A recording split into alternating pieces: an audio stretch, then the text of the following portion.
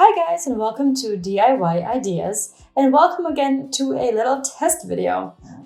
I have a Tunisian crocheting hook here, and this is one that is the same size that I usually use.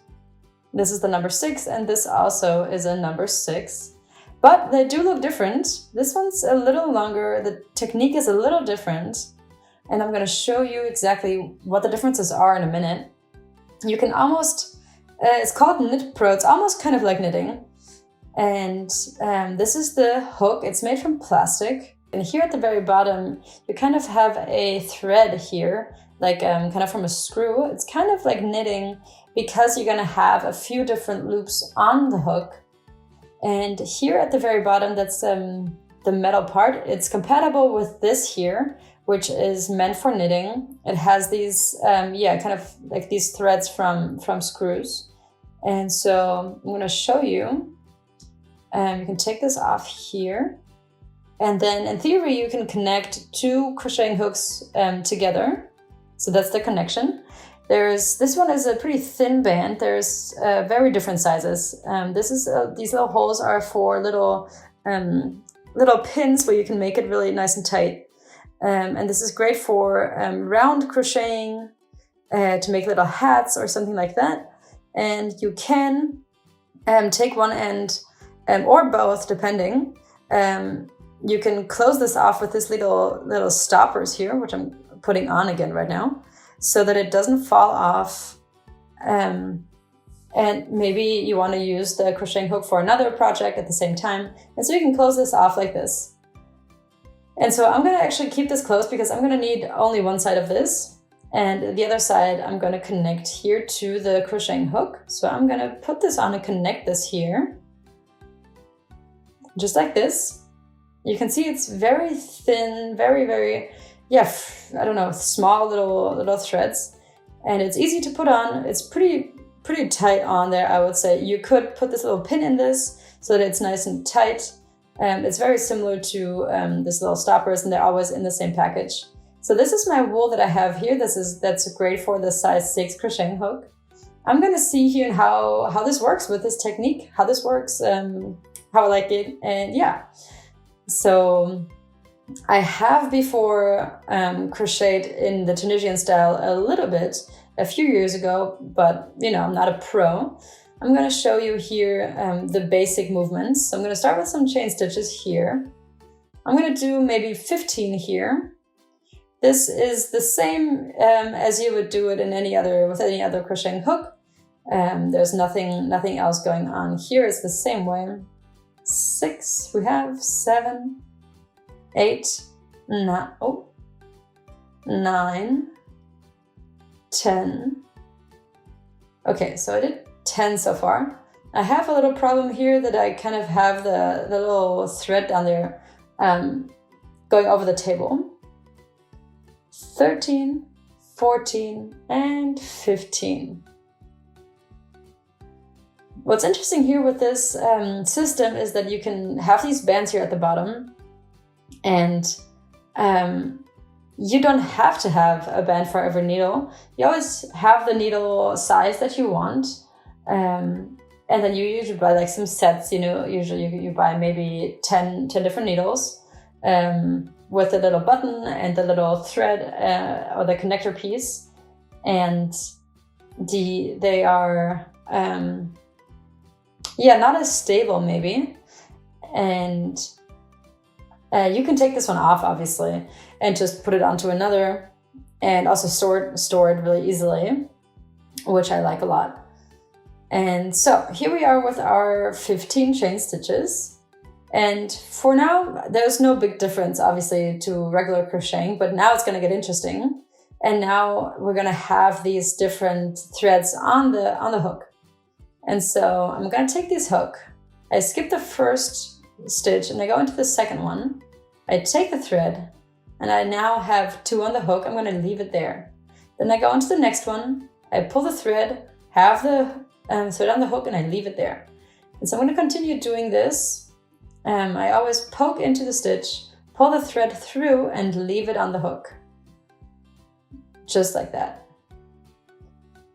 and poke through, pull the thread, and leave it there. Poke through, pull the thread, and leave it on the hook. Just like that.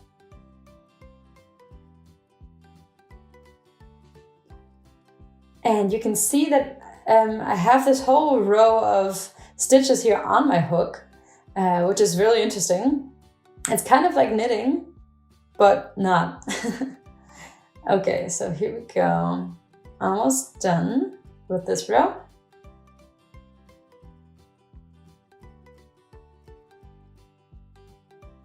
And then here we are at the last little bit. And this is the last stitch. All right, so now we have all 15 of these stitches on the hook. And then I do one chain stitch here.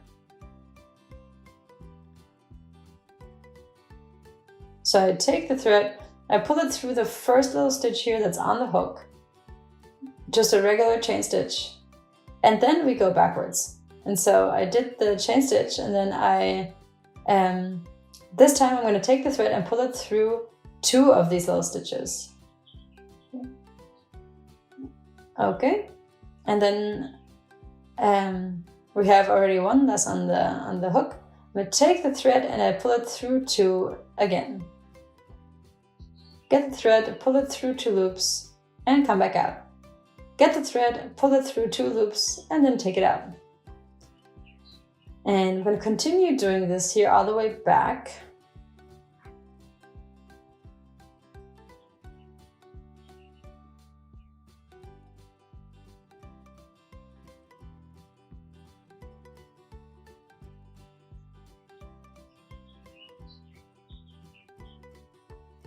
And I'm going to continue doing this until I'm back at the end. This one through 2. And again, we have 2 left, and now we're at the very end. And here we are with the first row, and we're done. You can see it has these vertical threads here. This is for the most classic, the most typical pattern for Tunisian crocheting. I'm going to take some more thread here, and then I continue with the next row. So for this first one, we already have the thread on the hook, and so I just go into the next stitch here, pull the thread. In the next one, exactly the same. I go into the stitch and pull the thread. And so you just leave them on the hook. I know if you're very used to regular crocheting, this is very different. And you might feel the urge to just do it as you're used to. But yeah, so always the stitch just stays on the hook until the next row. So poke through, pull the thread, leave it on. Poke through, pull the thread, and leave it on. Poke through, pull the thread, and leave it on there. Just like that.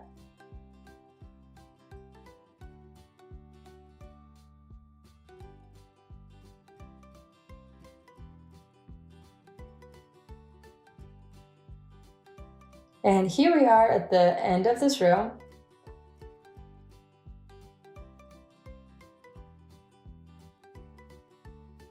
Okay, so here we are again with the 15 stitches on the hook. And it's really important to add the chain stitch here at the for the new row. And then we can go backwards again. So we pull the thread and pull it through 2 of these little loops.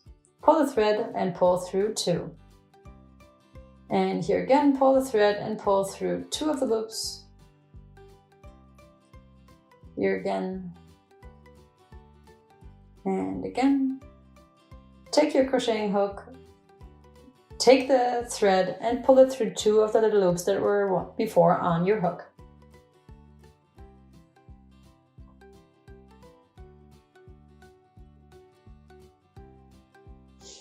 And here we are at the very end again, and we are done. And you can see here, this is what it looks like. It's relatively easy, to be honest. I think this system works really, really well. And the little stopper at the end is great, and it's staying on my crocheting hook really, really easily. I'm going to continue crocheting this for a few more rows, and I'm going to show you an update in a little bit. Alright guys, so this is my update. As you can see, this is what it looks like. This is what the pattern looks like after a few more rows. You can see the beautiful color fade here. The most important thing here is when you go backwards that you add a chain stitch after the row and then go back. And so if you skip this chain stitch here at the end, you're going to basically decrease with every row by 1 crochet. So it's just going to turn into a triangle at some point. But I think this looks so cute. This is the back side. This is what it looks like here. It looks like, yeah, like knitted almost. And the technique, you know, is very similar to knitting, but works super well with this technique and with the little stopper and the little band at the bottom. So if you're doing this for a blanket, for example, you just have a lot more space. And if you're maybe doing 50 centimeters, you can have all these little stitches on the hook without a problem. And you can obviously always switch the bands for something longer or shorter. And yeah, thank you guys for watching DIY ideas. I hope you liked this video. If you would like to watch more, please visit my channel and subscribe for free. Please share this video with your friends and see you next time.